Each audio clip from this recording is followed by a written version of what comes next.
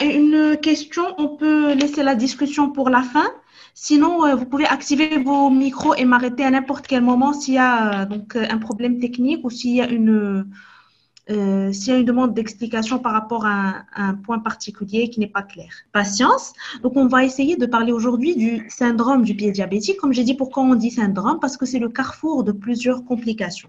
Donc, ce sont plusieurs complications qui vont aller se réunir et léser le pied du patient diabétique pour donner ce syndrome avec toutes les complications qui peuvent en découler et qui peuvent mettre en jeu le pronostic aussi bien vital que fonctionnel de cette personne-là. Le traitement, il est assez, codifié. Il nécessite la collaboration de plusieurs personnes et je vous dis d'emblée qu'il n'y a pas de miracle. C'est une prise en charge qui doit être codifiée et où il y aura l'intervention de plusieurs professionnels de santé et qui va permettre d'aboutir à un résultat optimal. Et notre objectif toujours, c'est de préserver ce pied. Bien sûr, avant d'arriver à ces lésions, avant d'arriver au stade un petit peu complication, ça serait bien d'examiner nos patients et d'instaurer une stratégie de prévention qu'on va essayer de détailler à la fin de la présentation. Alors, Monsieur Cédric, ça passe pas. Vous pouvez défiler. Encore. Donc, on a dit pourquoi c'est important. Parce que c'est une pathologie qui est fréquente, c'est une pathologie qui est grave et qui est coûteuse, donc aussi bien sur le plan coût direct que coût indirect, puisque, slide s'il vous plaît. Donc, la personne verra son statut économique, social, défiler. Donc, pourquoi c'est important d'en parler aujourd'hui? Donc, on sait que le diabète maintenant, il est en expansion. Donc, on sait qu'entre 2007 et 2025, on a pratiquement le nombre de diabétiques qui va doubler à travers le monde. Et donc, qui dit doublement de patients diabétiques, dit doublement d'incidence de complications.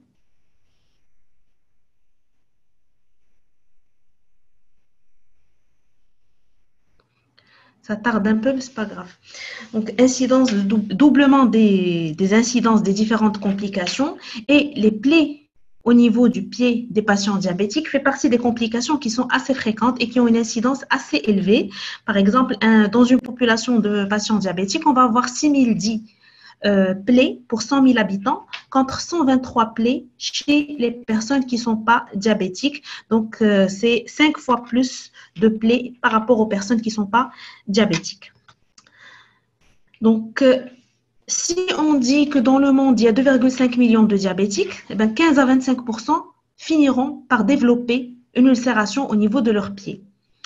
70% risquent de récidiver dans les 5 ans, c'est-à-dire si on arrive à préserver leurs pieds, si on les traite, eh bien 70% d'entre eux risquent de récidiver à 5 ans.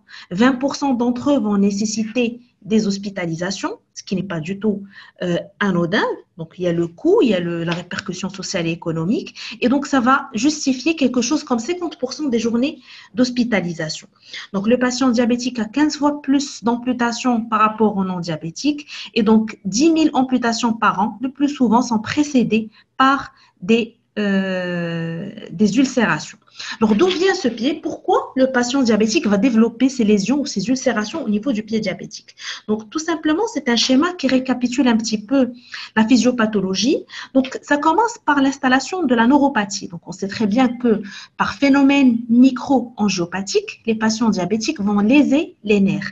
Donc, on aura une neuropathie qui va s'installer. Donc, au niveau des 3 paramètres, donc que ce soit une neuropathie sensitive, donc, le patient ne va pas ressentir les agressions et donc il peut porter des chaussures qui vont léser ses pieds qu'il ne va pas du tout ressentir. Et donc, on aura des agressions qui sont non perçues. Bien sûr, elles peuvent être mécaniques, thermiques ou chimiques. Donc, ces lésions-là vont évoluer sans que le patient ne ressente quoi que ce soit parce qu'il a une neuropathie sensitive. Il y a aussi la composante motrice de cette neuropathie. Donc, les muscles vont être lésés, on va avoir une atrophie musculaire, des déformations au niveau du pied. Et donc, qui dit un pied déformé, dit des zones d'impression, c'est-à-dire que le patient va avoir un appui anormal, donc une marche qui est anormale, et donc une marche anormale va favoriser l'apparition de zones d'hyperkératose qui vont faire le lit d'ulcération par la suite. Donc, on va détailler tout ça après. Donc, il y a aussi la composante autonome. Donc, les nerfs du système nerveux autonome vont être lésés aussi, et donc, ces pieds-là auront tendance à être secs parce que donc il y aura une diminution de la sudation. On aura des œdèmes parce qu'il y a l'ouverture des chaînes artério-veineuses et donc tout ça fera le lit d'ulcération qui vont apparaître par la suite. Bien sûr, associé à la neuropathie, à la lésion neuropathique, il y a l'artériopathie. Donc on sait très bien que les patients diabétiques ont des artères qui sont totalement lésées par l'effet bien sûr du diabète, mais aussi par l'effet des autres facteurs de risque cardiovasculaire. Et donc, cette artériopathie fera qu'on aura un pied qui est mal vascularisé, associé à la neuropathie et les ulcères qui vont apparaître vont traîner bien sûr à cicatriser et le risque d'amputation va augmenter. Donc, je passe. Alors, ça passe pas. Maintenant, on va essayer. Est-ce qu'on peut défiler, monsieur? Voilà, très bien. Donc, pour rappeler un petit peu, on sait que la neuropathie, elle est due à l'hyperglycémie chronique. Donc, ça, c'est juste un petit rappel. Donc, la neuropathie, elle est due à l'hyperglycémie chronique. Donc, l'hyperglycémie chronique va causer un ensemble de déséquilibres métaboliques qui vont induire une altération des vaisseaux qui vascularisent ces nerfs-là. Et donc, le nerf va être en situation d'ischémie, il va être en situation de souffrance. Et donc, une fois qu'il va être souffrant, il y aura la neuropathie qui va se manifester par différents manifestations cliniques qu'on va détailler. Et donc, au cours de ce processus, on va avoir des lésions qui sont réversibles, donc comme la diminution de la conduction nerveuse. Donc, si on arrive à gérer le diabète, si on arrive à stabiliser le patient, on peut récupérer certains paramètres de cette neuropathie. Et malheureusement, certaines lésions seront irréversibles, comme la déminéralisation donc, de ces nerfs et les altérations vasculaires. Donc, ce qui va donner, bien sûr, les trois paramètres de l'atteinte sensitive, motrice et végétative. Donc, on va voir les manifestations cliniques tout à l'heure.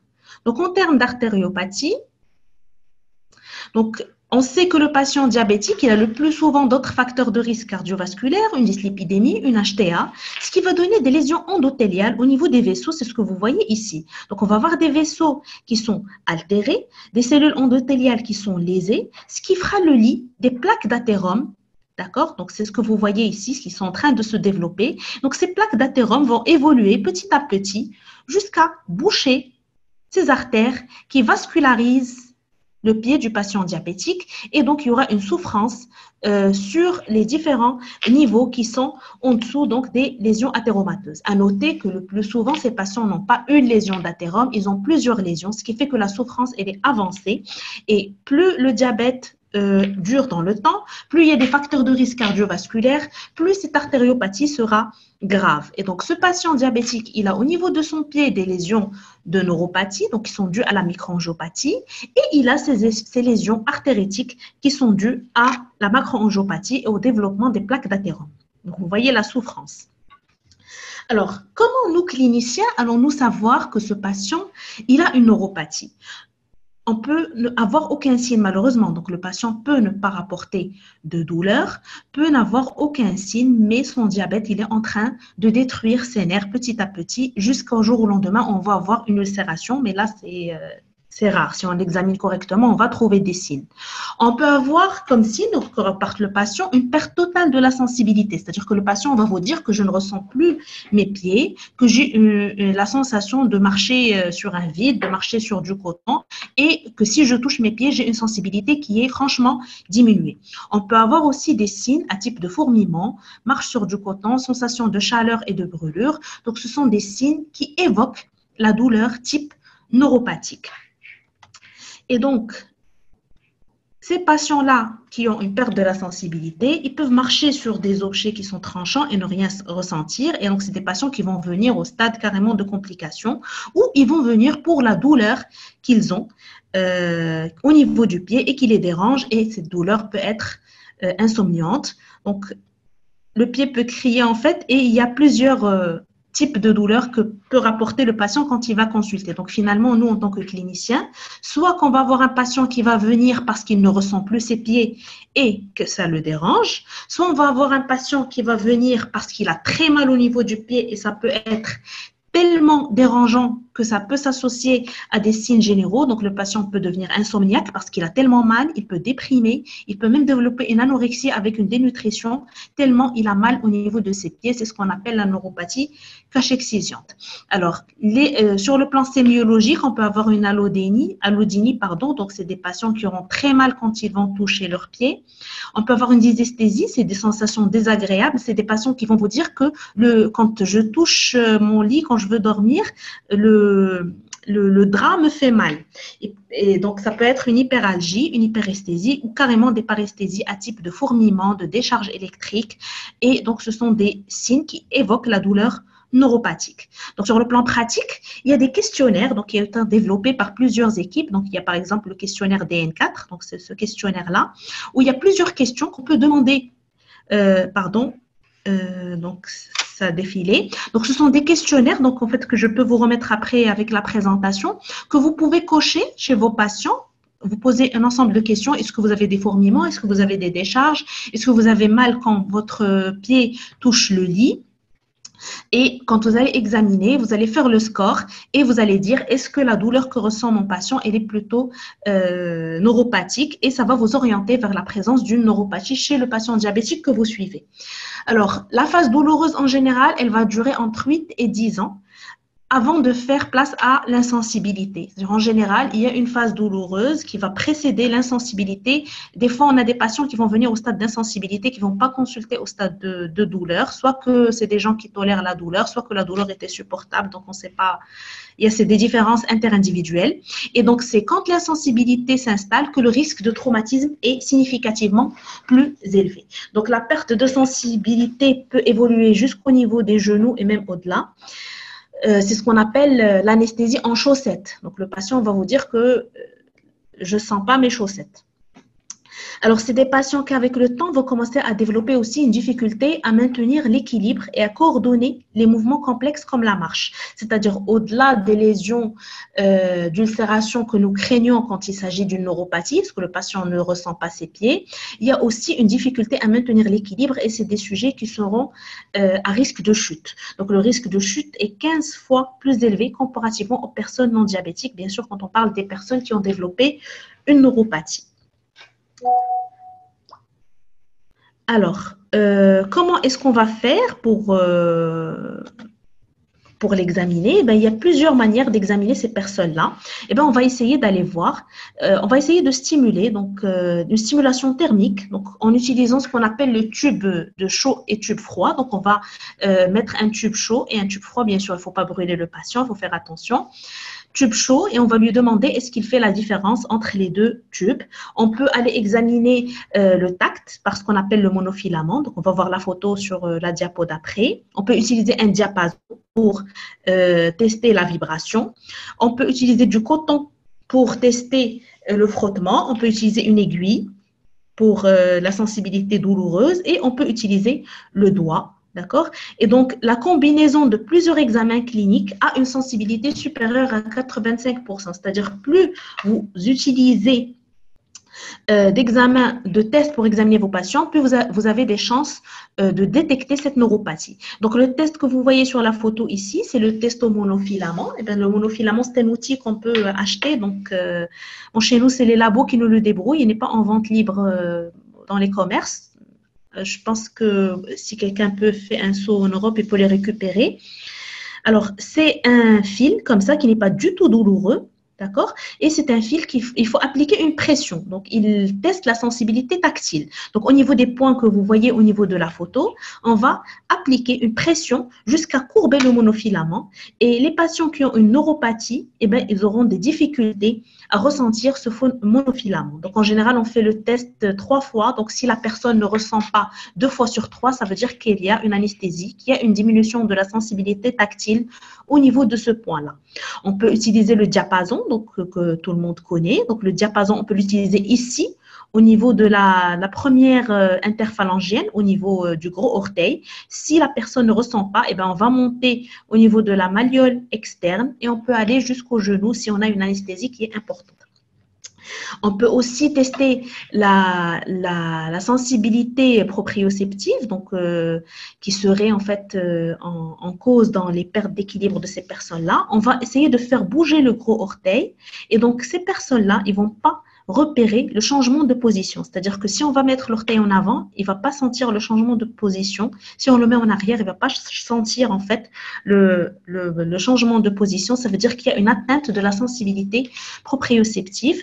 Et donc, il n'y a pas de règle, c'est-à-dire il n'y a pas de sensibilité qui va être atteinte avant l'autre. Bon, il y a des patients qui ressentent le monofilament, mais avec un diapason qui est altéré. Des fois, c'est la proprioception qui est altérée. Donc, il faut faire plusieurs examens pour augmenter les chances de détecter cette neuropathie tant que le pied est encore sain, tant qu'on est à ce stade-là. Voilà, donc l'évaluation, bien sûr, devrait se faire selon un modèle ascendant. Donc, on commence par la partie distale et puis on va monter d'étage à étage et d'une manière comparative entre les deux membres inférieurs. Alors, après l'atteinte motrice et l'atteinte sensitive, bien sûr, un nerf n'assure pas que l'atteinte sensitive, il assure aussi donc la fonction motrice. Et donc, dans les territoires de ces névralgies, on peut avoir un déficit moteur.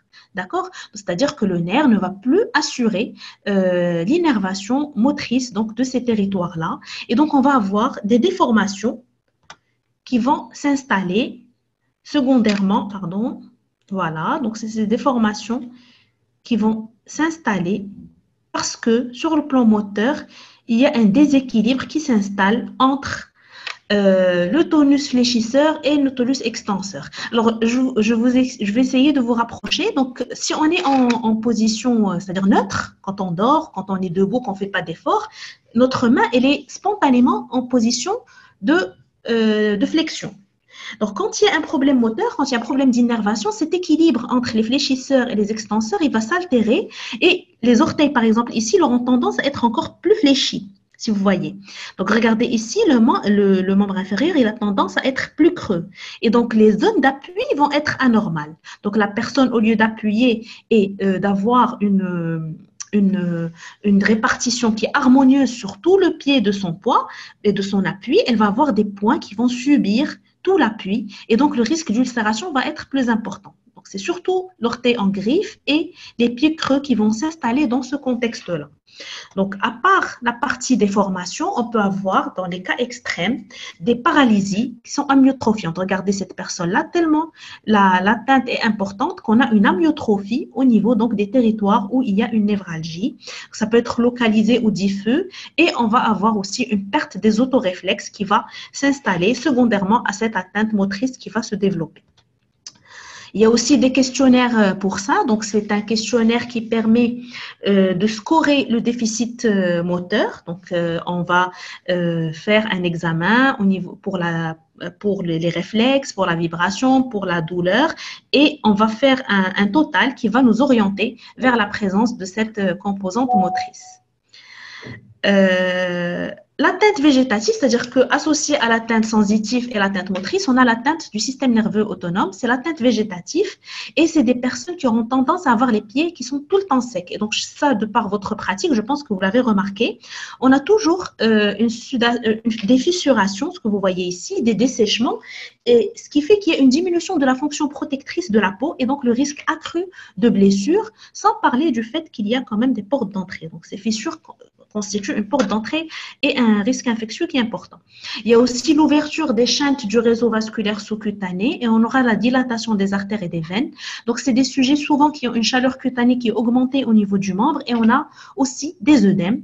Et comme autre manifestation de l'atteinte en fait de ce système nerveux autonome, il y a la bullose du diabétique, c'est ce que vous voyez ici.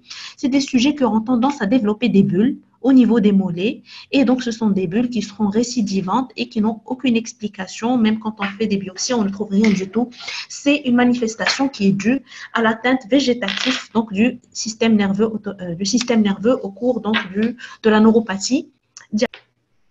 Donc, on a les bulles donc, qui sont là et ils sont indolores de développement rapide et spontanément récidivante.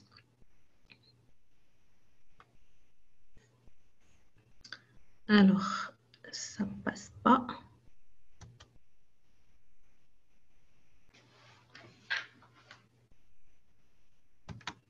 Alors, voilà. Alors, chose qui est importante, alors c'est vrai qu'on est chez un patient diabétique, d'accord? On sait que ce patient va développer de la neuropathie, mais il faut faire attention. Il a aussi le droit de faire autre chose. Et donc, quand vous avez une atteinte qui est asymétrique, c'est-à-dire que vous avez un pied qui atteint plus que l'autre, d'accord? Quand vous avez un déficit moteur qui est important, faites attention. Quand vous avez des atteintes des membres supérieurs, attention aux autres diagnostics différentiels. Donc, ça peut être un syndrome paranéoplasique, ça peut être une neuropathie qui est due à une autre pathologie. Donc, c'est là l'indication d'aller réaliser des examens complémentaires, notamment un ENMG, pour faire la part des choses entre ce qui est dégénératif du diabète et les autres diagnostics différentiels. Et surtout, quand il s'agit d'un sujet âgé, c'est les atteintes paranéoplasiques qui nous dérangent. Il y a aussi les déficits en vitamine B12 qui peuvent être en cause dans les atteintes, dans l'apparition de neuropathie. Donc, très important, oui, diabétique, oui, il a le droit de faire de la neuropathie, mais attention, il peut aussi faire autre chose. Et quand est-ce qu'on va penser à ça? C'est quand il y a l'atteinte asymétrique, quand il y a le déficit moteur et quand il y a l'atteinte des membres supérieurs. Faites attention, s'il vous plaît. Plusieurs diagnostics différentiels peuvent être en cause dans ce cas-là. Donc, très important pour nous de retenir que quand il s'agit d'une atteinte qui est asymétrique, quand il y a un déficit moteur qui est très important, quand les membres supérieurs aussi sont atteints, peut-être qu'il y a autre chose, il faut aller bilanter. Alors, l'artériopathie, chez le patient diabétique, elle peut être totalement asymptomatique, d'accord? Parce qu'il y a justement cette neuropathie qui empêche la douleur. Et donc, les personnes qui ont peuvent avoir une artériopathie sans faire aucun symptôme, d'accord? Donc, la fameuse classification de Leriche-Fontaine qui évoque un petit peu l'artériopathie peut être totalement absente chez le patient diabétique. Donc, on peut avoir juste un inconfort aux jambes qui est attribué des fois au vieillissement, à la sédentarité. La claudication intermittente typique, elle est rarement décrite par le patient diabétique. Le plus souvent, il va vous rapporter des crampes, mais pas vraiment la claudication typique, quoique il faut la chercher. Donc, ça peut être un signe présent. Donc, l'artériopathie peut se manifester par des pieds, c'est-à-dire qu'en examinant, on peut avoir des signes. On va avoir l'aspect des pieds qui vont être dépilés, oui, parce qu'il y a de la souffrance, donc les vaisseaux ne sont pas correctement irrigués, et donc on peut avoir une dépilation. Les pieds peuvent être froids, mais ce n'est pas toujours le cas parce qu'il y a la neuropathie qui va compenser un petit peu. On peut avoir des souffles sur les trajets des artères et qui vont évoquer l'artériopathie chez ces personnes-là. Donc, c'est des pieds qui sont en général luisants, avec des amyotrophies au niveau des zones des muscles interosseux. Et quand on va palper, on peut avoir des poux, mais on peut avoir aussi des souffles. Donc, on peut faire des radios du pied à la recherche de calcification. On peut réaliser une échodoppler des membres inférieurs. On peut faire une artériographie. Donc, c'est pour étayer le diagnostic dans le doute. On peut aussi mesurer donc l'IPS, l'index de pression systolique. C'est un petit outil qui ne coûte pas grand-chose et qui peut être utilisé pour dépister justement cette artériopathie. Donc, c'est des valeurs qui nous indiquent qu'il s'agit d'une ischémie ou pas. D'autres moyens donc, peuvent être utilisés pour dépister cette artériopathie. Ça dépend en fait des moyens disponibles au niveau de chaque hôpital. On ne va pas trop s'attarder sur ça.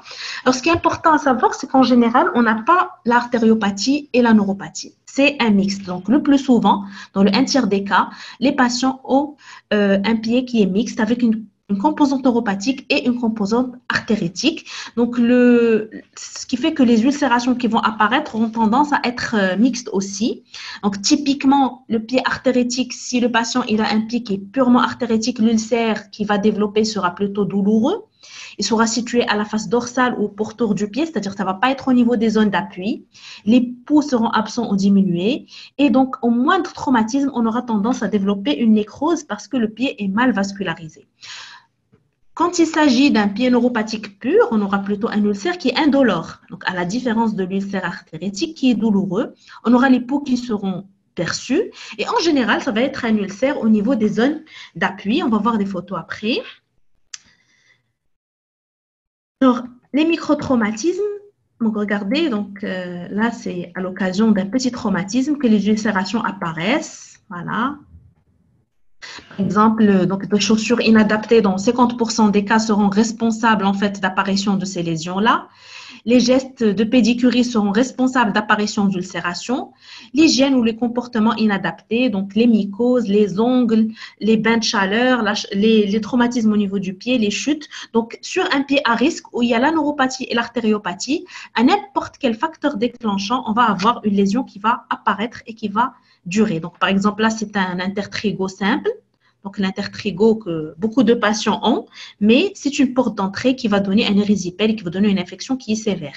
Et si, par exemple, donc c'est une petite ulcération due à l'hyperkératose, due à la sécheresse cutanée, et donc la personne, elle a laissé traîner, et dans le temps, ça s'est infecté, et ça a donné une infection qui était assez sévère. Les chaussages inadaptés, donc regardez, donc ça c'est des chaussures que, donc c'est ce pied-là, rentre dans ces chaussures-là. Et donc, automatiquement, on va avoir des lésions qui vont s'installer au niveau du pourtour du pied parce que c'est un chaussage qui est inadapté pour cette personne-là. Regardez les ongles. Donc, cet ongle qui pointe ici, donc la personne avec la neuropathie, elle ne ressent rien du tout, mais résultat, c'est ce genre de lésion. Sur un terrain artéritique, ça va être difficile à soigner parce qu'il y aura une mauvaise vascularisation et aussi parce que des fois, les personnes peinent à décharger leurs pieds. Donc finalement, quand on va examiner la sensibilité, on va rechercher des déformations, on va rechercher des troubles de la marche, on va rechercher des signes d'artériopathie et éventuellement rechercher des facteurs qui vont favoriser l'ulcération au niveau de la peau, au niveau des ongles et il faut obligatoirement regarder les chaussures des patients. Donc, quand vous avez des chaussures qui sont inadaptées aux pieds, ben, attendez-vous à ce qu'il y ait des problèmes. Donc, à la fin de cet examen, on va, on va grader notre pied. Et on va dire que il s'agit d'une gradation de 0 à 3. Donc, c'est la classification internationale. Et donc, le grade 0, c'est quand il n'y a pas de neuropathie. Le grade 1, c'est quand vous avez une neuropathie sensitive qui est isolée. Le grade 2, c'est quand vous avez une neuropathie qui est associée soit à une artériopathie, soit à une déformation du pied. Et le grade 3, c'est quand quelqu'un a déjà fait un problème du pied, donc une ulcération ou une amputation antérieure, c'est-à-dire que c'est quelqu'un qui a très haut risque de récidive. Donc, c'est la même chose. Je passe. Donc, quelles sont les complications? C'est-à-dire que ce patient, votre patient diabétique, il vit avec son pied, il porte sa neuropathie, il porte son artériopathie, peut-être qu'il a des petits problèmes au niveau des ongles, des problèmes de chaussage et tout ça. Donc, c'est le pain quotidien des personnes qui suivent les patients diabétiques. Mais quand est-ce qu'il y a un problème? C'est quand il y a l'ulcération. Et donc, quand il y a apparition du mal perforant plantaire, c'est la plus fréquente, disons, des complications. C'est à l'occasion donc des zones d'appui qu'on a décrites tout à l'heure. Donc, il y aura une ouverture à la peau qui va s'installer. Donc, au début, c'est la déformation. Il y a l'hyperkératose et l'ulcération qui va apparaître sur ces zones d'appui-là, avec le risque d'infection qui va se propager et donc le risque d'ostéite. Voilà, donc ça, c'est les exemples de mal perforant plantaire. Donc, cette personne-là qui avait les orteils en griffe, ici, à force d'avoir un chaussage qui a causé un problème, qui était inadapté, donc il y a eu une lésion ici. Donc, sur ces pieds creux, la personne avait un appui tout le temps anormal ici, et donc vous avez l'ulcération qui va apparaître sur ce point-là. La deuxième complication qui est possible, c'est le pied de Charcot ou l'ostéoarthropathie nerveuse. Donc, la neuropathie sensitive ou la neuropathie va être responsable de troubles de la statique, de dysrégulation vasomotrice et de déminéralisation osseuse. Et donc, la personne aura tendance à développer une arthropathie destructive. Donc, regardez ces pieds-là. C'est le pied de Charcot. Regardez, donc ces pieds qui sont totalement déformés dus à cette neuropathie. Et donc, la déformation du pied va être responsable, bien sûr, de zones d'appui anormales et la personne aura tendance à développer des ulcérations partout. Regardez la radio du pied. Donc, vraiment, on a cette zone qui est totalement détruite avec des fractures récidivantes. Et donc, les pieds sont totalement déformés. Regardez donc les ulcères qui vont apparaître partout. Pardon. Et donc aussi, c'est une complication qui est assez invalidante parce que la personne devra avoir un chaussage qui est vraiment adapté. Donc, on va voir par la suite un suivi régulier bon, c'est pas une complication facile à vivre. Donc, parmi les complications qu'on peut avoir aussi, c'est les ulcères artérétiques, ce qu'on a dit tout à l'heure. Donc, ces ulcérations qui vont apparaître, qui sont dues à la souffrance au niveau donc de la zone cutanée qui est mal irriguée et à l'extrême, bien sûr, on va avoir des ischémies comme ça localisées, sèches le plus souvent et qui sont dues donc au manque de vascularisation. Vous avez l'artériopathie, la neuropathie, les déformations et l'infection qui vient se greffer sur tout ça. Alors, quels sont les facteurs de risque de l'infection? Finalement, la plaie qu'on a vue tout à l'heure, le mal perforant plantaire ou l'artérite ou l'ulcère artérétique peuvent se compliquer d'une infection. Alors, quand est-ce qu'ils vont être infectés? En général, parce qu'il y a une plaie, parce que c'est ouvert. Quand la plaie atteint les structures osseuses sous-jacentes, c'est-à-dire quand la plaie est profonde et quand la durée de l'ulcération dure 30 jours, c'est-à-dire quand ça a duré dans le temps, que ça n'a pas été pris en charge. Quand il y a des ulcérations récidivantes, donc plus ça récidive, plus le risque infectieux est important. Et quand il y a une origine traumatique de l'ulcération, c'est-à-dire qu'il y a un corps étranger qui a blessé et donc le risque infectieux est important. Et bien sûr, quand il y a l'association à une artérite. Alors, le plus souvent, c'est des infections qui sont plurimicrobiennes, qui diffusent rapidement. Donc, ça commence en superficiel, puis ça va atteindre les tissus et les tendons. Et bien sûr, c'est une infection qui va être aggravée par l'hyperglycémie et le traitement est le plus souvent difficile. Alors, ce qui est très important et la question qui se pose, c'est que est-ce qu'il s'agit d'une infection vraie ou c'est juste une colonisation? Il faut faire attention pour ne pas être dans l'excès, c'est-à-dire que ça ne sert à rien de donner des antibiotiques sur une plaie qui n'est pas infectée. On va juste favoriser des résistances et compliquer encore plus la prise en charge. Et donc, il faut peser le pour et le contre, il faut être sûr qu'il s'agit bien d'une infection. Donc, l'infection, c'est des germes qui sont virulents, on aura un retard de cicatrisation, on aura une extension et on peut avoir même des signes généraux. Donc là, regardez, la classification de l'infection, là, c'est un grade 1, c'est-à-dire que c'est juste localisé. Le grade 2, il y a une diffusion. Le grade 3, c'est profond. Et le grade 4, c'est quand il y a un sepsis. Voilà, donc quand il s'agit d'une contamination ou d'une colonisation, c'est-à-dire qu'il n'y a pas de pus, qu'il n'y a pas de signes généraux, qu'il n'y a pas de douleur, qu'il n'y a pas de retard de cicatrisation, on dira qu'il n'y a pas d'infection et donc il faut juste être vigilant, il faut traiter mais sans mettre d'antibiotiques. Et à partir du moment où on retient qu'il y a une infection, c'est là où il faut commencer à traiter par une antibiothérapie au début locale, puis bien sûr générale, on va voir tout à l'heure. Donc, finalement, donc on a la neuropathie, l'artériopathie, on a le développement des ulcères. Donc, ces ulcères-là peuvent s'infecter. Alors, comment on va traiter cette plaie du patient diabétique? Donc, avant de parler traitement, je rappelle un petit peu la cicatrisation des ulcères. Donc, en fait, il y a quand même une particularité chez le patient diabétique. Donc, on sait que pour qu'il y ait une cicatrisation, donc au début, il y a un saignement, il y a une phase inflammatoire, il y a la migration des cellules du système immunitaire et après, donc, il y a une phase de maturation où il y aura une cicatrisation.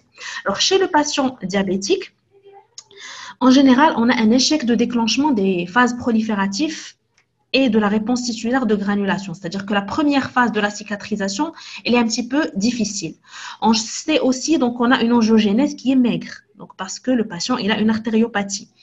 La contraction altérée de la tout ça fera qu'il y a une contraction altérée de la plaie, c'est-à-dire qu'elle aura une difficulté à cicatriser et on aura une stagnation de la cicatrisation et une cicatrisation qui est aberrante parce que justement ce processus de réépithélialisation, c'est-à-dire la fermeture de la plaie sera difficile parce qu'il y a l'échec du déclenchement donc du système immunitaire dans ce sens-là. Donc, qu'est-ce qui va se passer? Donc, on aura une inflammation, une prolifération des cellules endothéliales et la libération de facteurs de croissance. Et donc, une phase inflammatoire de la cicatrisation qui va être prolongée. S'associe à ça, bien sûr, l'hypoxie qui est due à l'artériopathie périphérique. Donc, hyperglycémie, état inflammatoire prolongé, hypoxie, on aura une altération de la cicatrisation des plaies et une chronicisation de l'ulcération. Donc là, c'est juste un rappel un petit peu de ce qui se passe au niveau de la réponse inflammatoire. On ne va pas trop s'attarder. Donc au début, vous avez une plaie, donc il y a de la nécrose. Donc bien sûr, il faut une détertion, c'est-à-dire que cette nécrose-là doit disparaître. Donc le système immunitaire met tous les moyens pour enlever cette nécrose, pour permettre une cicatrisation. Donc une fois que vous avez enlevé cette nécrose et que vous avez enlevé les débris nécrotiques, c'est là où va commencer vraiment le processus de cicatrisation. Donc, une fois qu'il n'y a plus de nécrose, il y a un bourgeon qui va s'installer. Donc, c'est quand votre plaie devient rouge.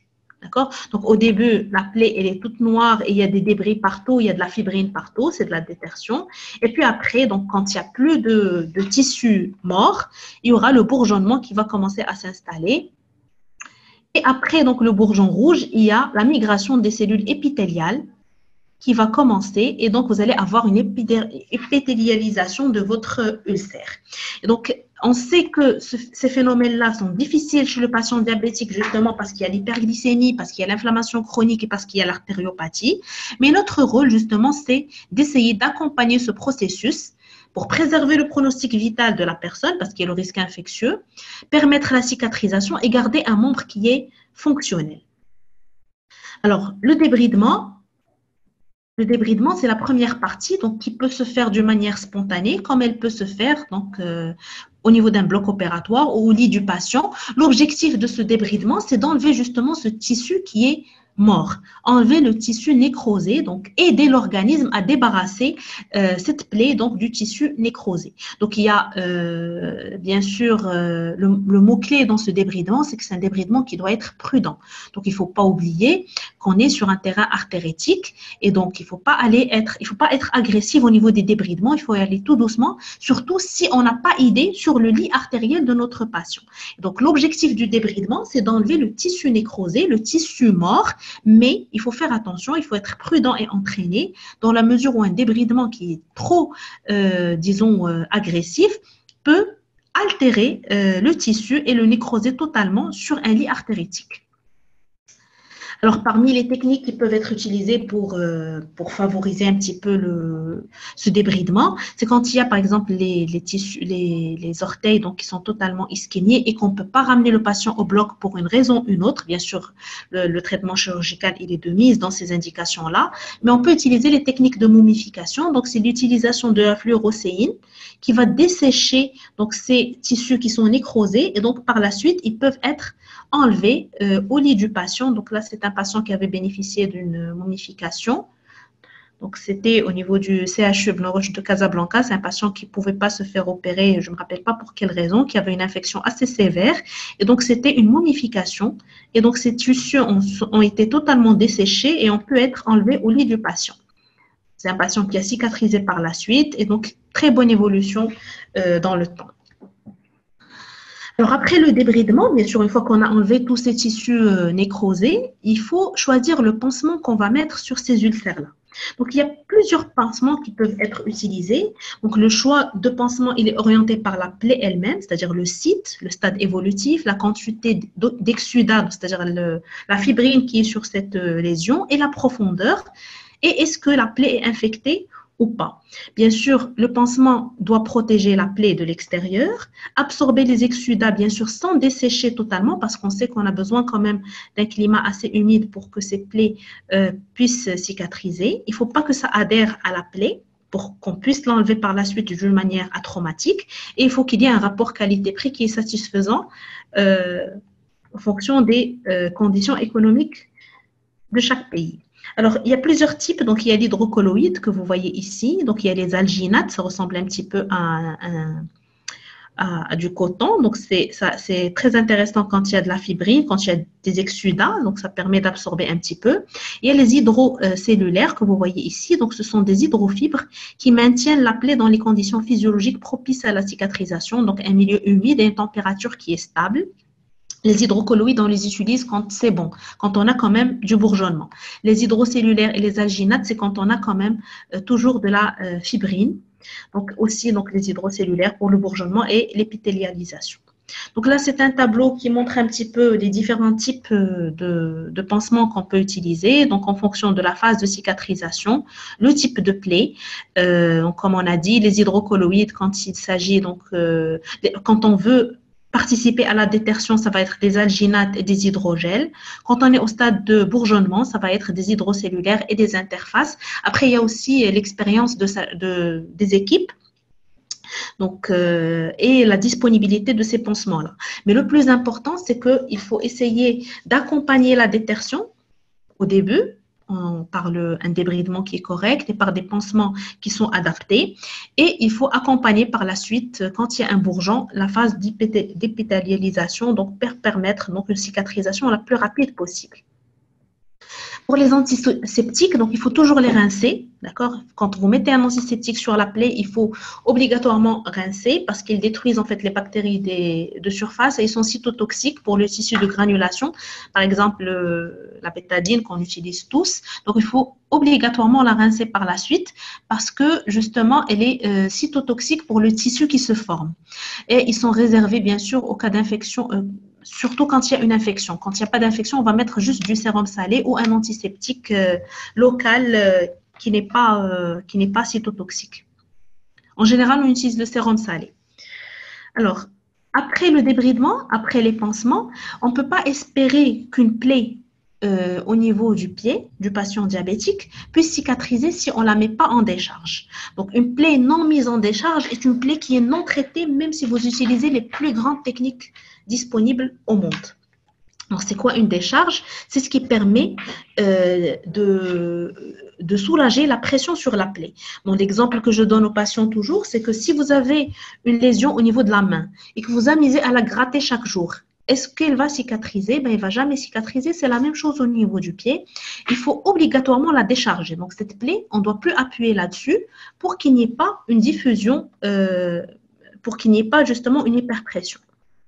Donc, les moyens de décharge, donc il y a bien sûr les chaussures qu'on peut acheter, donc c'est les chaussures Barouk, les chaussures qui vont dégager le talon, donc qui vont permettre de décharger les lésions au niveau du talon, c'est les sanitales que vous voyez ici. En fait, là, ce que vous voyez, c'est des chaussures qui ont été faites en artisanat local. Mais il y a aussi donc les chaussures qui peuvent se vendre au niveau du commerce, donc c'est les Barouk qui ressemblent à ça, et les sanitales pour les talons qui ressemblent à ça. Alors, pour la décharge, on peut être très imaginatif et en fonction de la localisation de la plaie, on peut imaginer un moyen. Le plus important, c'est que cette personne ne doit plus appuyer sur sa plaie. Donc, bien sûr, après la décharge, le débridement et les pansements, s'il y a une infection, eh bien, l'antibiothérapie, elle est de mise, elle est nécessaire. On ne doit pas être excessif sur l'antibiothérapie, mais aussi on ne doit pas être en retard. Il faut mettre en place une antibiothérapie quand elle est nécessaire. Alors là, c'est une revue, c'est un tableau qui ressort d'une revue donc qui a fait un petit peu le tour, qui a vu la microbiologie des pieds diabétiques et qui est sortie par des recommandations en fonction du grade de la sévérité, en fonction de l'exposition antérieure aux antibiotiques et en fonction du type du germe le plus probable en fonction du tableau clinique. Donc là aussi, je peux vous remettre l'article, donc ça ne sert à rien de s'attarder sur ça. Donc la décision de l'antibiothérapie dépend de la sévérité de l'infection, dépend de l'antibiothérapie antérieure et dépend du niveau de macération donc de cette lésion-là. Donc, débridement, choix des pansements, décharge, antibiothérapie, bien sûr, la revascularisation, elle est de mise, c'est-à-dire que sur un ulcère qui traîne à cicatriser, un ulcère sur un pied chez qui il y a des signes d'artériopathie, on ne peut pas espérer une guérison rapide si on ne procède pas à des procédures de revascularisation. Donc, il faut aller voir le lit artériel et s'il y a des sténoses, eh bien, il faut mettre en place des stents, il faut revasculariser pour permettre d'optimiser les chances de cicatrisation de ces lésions-là. Il y a bien sûr le contrôle métabolique. Un patient diabétique qui est en hyperglycémie chronique, qui est 4,3 grammes, on ne peut pas espérer une cicatrisation rapide. Il faut obligatoirement traiter ce diabète et normaliser les chiffres glycémiques pour permettre justement une revascularisation de cette plaie. Le traitement des comorbidités, donc c'est un patient en général qui est cardiaque, qui est néphropathe, il a de l'HTA, il a de la dyslipidémie. Il faut stabiliser tout ça pour optimiser. Par exemple, un patient qui a une néphropathie avec des œdèmes des membres inférieurs, il faut essayer de soulager ces œdèmes-là parce que plus on va soulager l'œdème, plus l'ulcère va cicatriser rapidement. La même chose pour l'insuffisance cardiaque, et etc. Lutte contre la dénutrition. Effectivement, ces personnes-là, ils sont infectées, souvent âgées, donc la dénutrition va s'installer très rapidement. Et donc, sur une dénutrition, sur un apport protidique qui n'est pas adéquat, sur un apport vitaminique qui n'est pas adéquat, on ne peut pas espérer une cicatrisation de ces pieds-là. Donc, la réhabilitation de l'état nutritionnel, elle est de mise. Lutter contre la douleur. Donc, on a dit que c'est des pieds qui peuvent être douloureux à l'occasion de la neuropathie qu'ils ont, mais aussi l'infection peut être douloureuse. Et donc, il faudra absolument soulager ces personnes-là parce que cette douleur va les empêcher de manger correctement, va les empêcher de dormir correctement. Donc, on va avoir un stress qui ne va pas être en faveur de la cicatrisation de ces ulcères-là. Donc, comme vous voyez, ce sont plusieurs paramètres qui doivent être pris en charge dans le cadre d'une collaboration. Donc, si on veut énumérer le nombre de personnes qui va rentrer en charge dans le traitement de ces personnes-là, on peut facilement arriver à 10 personnes entre personnel médical et paramédical. Tout le monde doit participer pour éventuellement essayer de sauver ce pied-là et soulager ce patient. Et ça marche, croyez-moi, donc quand on s'y met, donc ça c'est l'exemple de certains patients qu'on avait pris, donc c'est des ulcérations qui étaient avancées, donc c'était pire que ça. Là c'est vraiment quand ça commençait à marcher qu'on a commencé à prendre des photos pour suivre l'évolution. C'était une lésion due à un chaussage inadapté, c'était au début infecté, donc il y a eu un débridement au lit du patient, mise en place des pansements qu'il faut, et donc ça commençait à venir, et on a pu avoir une cicatrisation vers la fin. Un deuxième patient, donc c'était une lésion qui était assez étendue. Bon, j'ai pas gardé les photos quand il y avait vraiment l'infection au début, mais après, quand on commence à suivre l'évolution de la cicatrisation, qu'on commence à prendre les photos d'une manière plus énergique. Donc, c'était assez étendu. Aussi, débridement, on a commencé à mettre en place les pansements, la décharge, et ça a cicatrisé vers la fin. Bon. Un autre patient avec un mal perforant plantaire, donc au début c'était ça, donc le débridement, les soins locaux, la décharge. Il faut dire que le patient aussi participe en respectant sa décharge, en prenant correctement ses antibiotiques et en venant régulièrement aussi aux consultations. Ça permet d'avoir de bons résultats. Donc un patient au niveau du talon, regardez là aussi on avait vraiment une perte de substance qui était assez importante et ça a marché. Le patient il a totalement cicatrisé. Bon, des fois, donc, il y a les fins heureuses et les fins qui ne sont pas si heureuses que ça. Et des fois, donc, ça évolue vers les amputations, voire vers le décès du patient. Et quels sont les facteurs pronostiques? En fait, c'est surtout l'infection et l'ischémie. Bien sûr, la profondeur de la lésion aussi. Donc, plus on a une infection et une ischémie, plus le risque d'amputation est important. Et bien sûr, plus la lésion est profonde, plus le risque d'amputation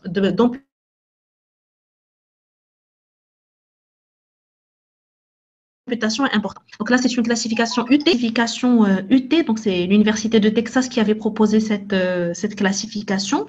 Et donc là, c'est le risque d'amputation que vous voyez. Donc, c'est-à-dire que quand on a une lésion profonde au niveau de l'os et au niveau de l'articulation, et que le patient est infecté et ischémique, on a 100% de risque d'amputation. Quand on a une lésion qui est plutôt superficielle, pas d'infection, pas d'ischémie, le risque d'amputation est pratiquement nul. Donc là, c'est toujours pas d'ischémie, pas d'infection, on va cicatriser dans 85% des cas. Quand on a une ischémie, une infection, on va cicatriser dans 64% des cas. Quand on n'a pas d'ischémie et pas d'infection, le décès, c'est 2%. Quand on a une ischémie et une infection, c'est 12% de risque de décès. Là, toujours dans la même optique. Alors, une fois qu'on arrive à l'amputation, une fois que le patient est amputé, bien sûr, il y a une autre prise en charge qui va s'installer. Et on aura plusieurs problèmes là à gérer aussi. Donc, après l'amputation, donc il faut gérer la plaie, donc qui doit cicatriser, qui doit surtout pas se surinfecter. Il y aura la gestion du moignon parce qu'il faut prévoir un appareillage chez ces personnes-là et prévenir les attitudes vicieuses. Pas mal de fois, les personnes commencent à marcher sur leur moignon et ça donne, disons, le lit à d'autres ulcérations. La douleur au niveau du membre fantôme, donc il faut absolument soulager. Il faut faire attention à l'état général, donc c'est des sujets qui vont avoir tendance à être déprimés, à moins manger, donc il faut l'équilibre nutritionnel, il faut une réhabilitation de l'état nutritionnel et lutter contre les escarres, et bien sûr travailler sur l'acceptation de l'handicap qui est très importante. En fait, parmi ce qu'on voit après les amputations quand il n'y a pas une prise en charge adéquate en fait de ce côté psychologique, c'est la déprime, la personne ne va plus manger, ne va plus prendre ses antibiotiques et tous ces traitements d'ailleurs, et donc bien sûr le pronostic vital va être engagé par la suite. Alors, on a presque terminé, donc j'espère que je n'ai pas été trop longue. En fait, la problématique reste toujours le délai de cicatrisation avec le risque de surinfection et d'amputation. Et dans ce sens, il y a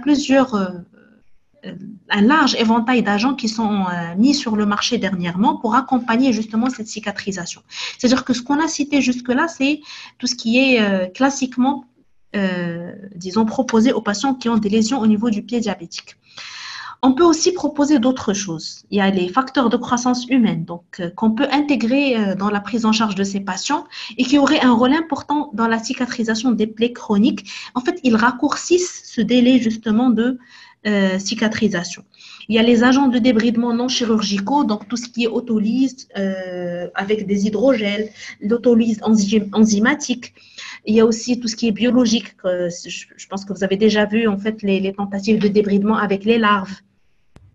Donc, les hydrothérapies, les pansements et produits topiques, donc le miel qui est un immunomodulateur, l'oxygénothérapie, hyperbare, donc que ce soit dans les grands ou les petits caissons. Il y a les thérapies par pression négative ou la vague-thérapie, donc qui permet de favoriser le bourgeonnement. Il y a les bioproduits acellulaires, il y a les greffes de peau et les peaux donc, qui sont en bio-ingénierie, les thérapies à base d'énergie, les thérapies systémiques. En fait, il y a plusieurs types de thérapies qui sont actuellement proposées, mais en fait, tous, elles peuvent favoriser et raccourcir le délai de cicatrisation, mais elles n'auront aucun effet s'ils ne sont pas intégrés dans le cadre de la prise en charge globale qu'on a vue jusque-là. Donc, très important que le patient ait tous les paramètres régulés. Et bien sûr, si on peut utiliser d'autres techniques et d'autres avancées, ça ne fera qu'améliorer les choses. Et là, je vous invite à regarder cet article donc, qui parle justement de cette pharmacothérapie qui est mise sur le marché et qui aide à manager les ulcères du pied diabétique, mais j'insiste pour dire que ça aide, c'est-à-dire qu'il n'y a aucune technique miracle qui va faire guérir le pied à elle seule. Il faut obligatoirement qu'il y ait tous les paramètres pour arriver à une cicatrisation.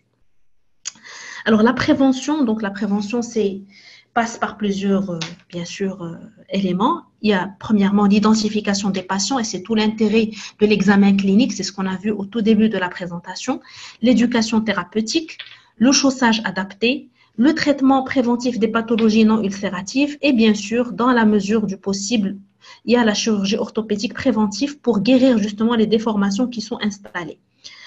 L'identification des patients à risque, donc je ne vous apprends rien maintenant, vous savez quelles sont les déformations qu'il faudra chercher.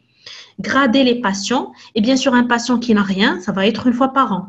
Les patients qui ont une neuropathie sensitive, eh bien, il faudra les voir tous les 6 mois. Les patients qui sont à grade 3, c'est tous les 3 mois. Et les patients qui ont un antécédent d'ulcération, c'est une fois toutes les 1 à 3 mois en fonction de votre estimation de clinicien. Mais ce qui est sûr, c'est que c'est des patients qu'il faudra voir tout le temps. Bien sûr, c'est des patients qu'il faudra éduquer. Bien sûr, vous allez choisir qui, comment, les outils, l'évaluation et la réévaluation en fonction de ce qui est disponible dans votre hôpital, en fonction de vos patients, eh vous allez définir les thématiques que vous allez aborder au niveau de cette éducation. Mais le plus important, c'est de leur apprendre à faire attention au chaud, parce que vous avez une sensibilité qui est altérée. Donc, faites attention quand vous marchez dans un bain mort. Faites attention quand vous êtes dans les plages. Il faut faire attention à la chaleur. Bien sûr, il faut qu'il y ait une réhydratation et une hydratation quotidienne parce que vos pieds sont secs de par la neuropathie. Il faut que vous les regardiez ou que quelqu'un d'autre les regarde quand vous êtes malvoyant parce qu'on ne peut pas compter sur la sensibilité pour attirer notre attention. Couper correctement les ongles, ne pas marcher pieds nus et faire attention quand vous utilisez des chaussures nouvelles ou des chaussures que vous n'avez pas utilisées pendant un moment, il faut toujours mettre les pieds. Donc ces messages-là, il faut les passer en séance d'éducation thérapeutique, même si ça paraît évident, mais des fois, un message mal transmis ou non transmis peut léser ces patients-là. Bien sûr, tout le monde doit mettre la main à la pâte, le médecin généraliste, l'infirmière, le pédicurie, les personnes qui font les soins de pédicurie, le diabétologue, le chirurgien, l'angiologue, tout le monde doit éduquer ces patients-là. Il faut que tout le monde parle le même langage et ça doit être mis en place très précocement dans le suivi des patients. Alors, toujours dans tout ce qui est préventif, il faut l'étude de la marche, rechercher les troubles morphostatiques. C'est des patients qui doivent subir donc des podoscopies, que ce soit statiques ou dynamiques, pour étudier la marche. Et donc, à l'issue de cette étude de la marche, on peut proposer des chaussages adaptés, donc des semelles qui vont corriger ces zones d'hyperpression, des orthèses qui vont corriger les déformations. Et justement, l'objectif étant de soulager cette hyperpression et éviter les ulcérations. Donc, pour les pieds de Charcot, par exemple, il y a les déformations qui sont très importantes. Et donc, c'est des sujets qui ont besoin qu'on confectionne vraiment des chaussures pour eux avec des semelles qui sont adaptées pour soulager la pression. Pour tout ce qui est chaussures de commerce, il faut toujours leur dire qu'il faut que ce soit des chaussures larges, adaptées à vos pieds. Donc, ça ne doit pas être serré. Ça doit être changé du jour au lendemain. Et bien sûr, tout ce qui est chaussures, ça doit être changé aussi. Et ça doit être en tissu naturel, pas en tissu synthétique, pour éviter justement l'aggravation de la sudation qui est altérée. Donc, traitement préventif des déformations, traiter les onychomycoses, traiter les hyperkératoses, traiter les verrues, traiter les bulles. Donc, le pied doit être nickel. D'accord? La chirurgie orthopédique, quand cela est possible, donc quand vous avez un chirurgien qui peut faire ça, eh bien, vous pouvez le proposer à vos patients. Et bien surtout, ça doit être organisé au niveau d'un programme. Et c'est des programmes qui ont montré qu'ils sont très efficaces et qu'ils permettent de faire des économies. Donc, c'est-à-dire que pour un hôpital, pour un pays, tout ce qui va être dépensé dans les programmes d'éducation et de prévention ne sera pas perdu parce que ça va permettre de faire des économies en termes de prise en charge des ulcères. C'est-à-dire plus vous allez éduquer votre patient, moins vous allez avoir d'ulcération et moins ça va être coûteux pour tout ce qui est économique. Donc, en conclusion, je dirais que pour conserver le pied, il faut au début l'examiner. Il faut être attentif en examinant ces patients-là. Il faut les éduquer correctement. Et bien sûr, il faut les prendre en charge d'une manière énergique aux moindres petites lésions. Il ne faut pas laisser traîner les choses. Et c'est ce qui permettrait éventuellement de préserver le maximum et de conserver le maximum c'est les pieds des patients diabétiques. Donc, il ne faut pas que nos patients diabétiques deviennent handicapés. Il faut les examiner, il faut essayer de traiter d'une manière énergétique leurs pieds. Et je vous remercie pour votre attention. J'espère que ce n'était pas trop long. Merci beaucoup pour votre attention.